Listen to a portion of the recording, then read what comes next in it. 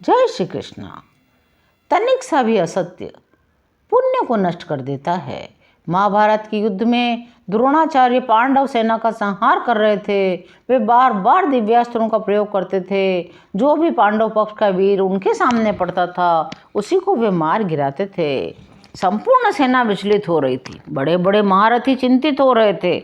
आचार्य के हाथ में शस्त्र रहते तो उन्हें कोई पराजित नहीं कर सकता था। वे स्वयं शस्त्र रख दें तभी विजय संभव है। युद्ध के प्रारंभ में ही उन्होंने स्वयं ही बता दिया था कि कोई अत्यंत अप्रिय समाचार किसी विश्वस्त व्यक्ति द्वारा मुझे यदि सुनाई पड़ जाएगा तो शस्त्र त्याग कर मैं ध्यानस्थ हो जाता हूँ। पांडवों की विपत्ति के नित्य सहायक श्री कृष्णचंद्र ने सबको ये बात स्मरण कराई। भीमसेन को एक उपाय सूझ गया। वे द्रोण पुत्र अश्वत्थामा से युद्ध करने लगे।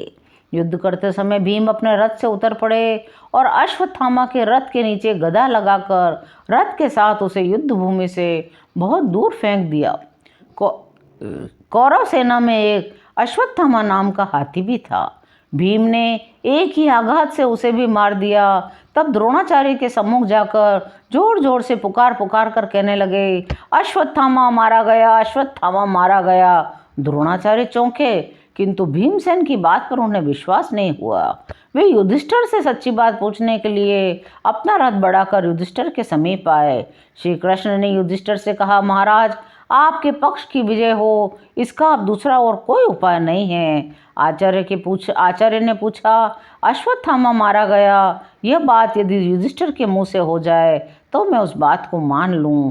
धर्मराज युधिष्ठिर किसी भी प्रकार का झूठ बोलने को प्रस्तुत नहीं थे, किंतु श्री कृष्णचंद्र का कहना भी वे टाल नहीं सकते थे।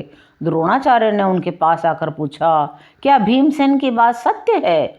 बड़े कष्ट से युधिष्ठिर बोले, अश्वत्थामा मरा गया, सर्वथा असत्य उनसे बोला नहीं गया। उनके मुख से आगे निकला, मनुष्य व हाथी। वे कहना चाहते थे मनुष्य नहीं, हाथी नाम का अश्वत्थामा मारा गया। परंतु जैसे ही युधिष्ठिर ने कहा मनुष्य व हाथी, उसी समय श्री कृष्ण ने अपना पांचजन्य शंख बजाना प्रारंभ कर दिया। युधिष्ठिर के अगले शब्द उस शंख की ध्वनि के कारण द्रोणाचार्य सुन नहीं सके।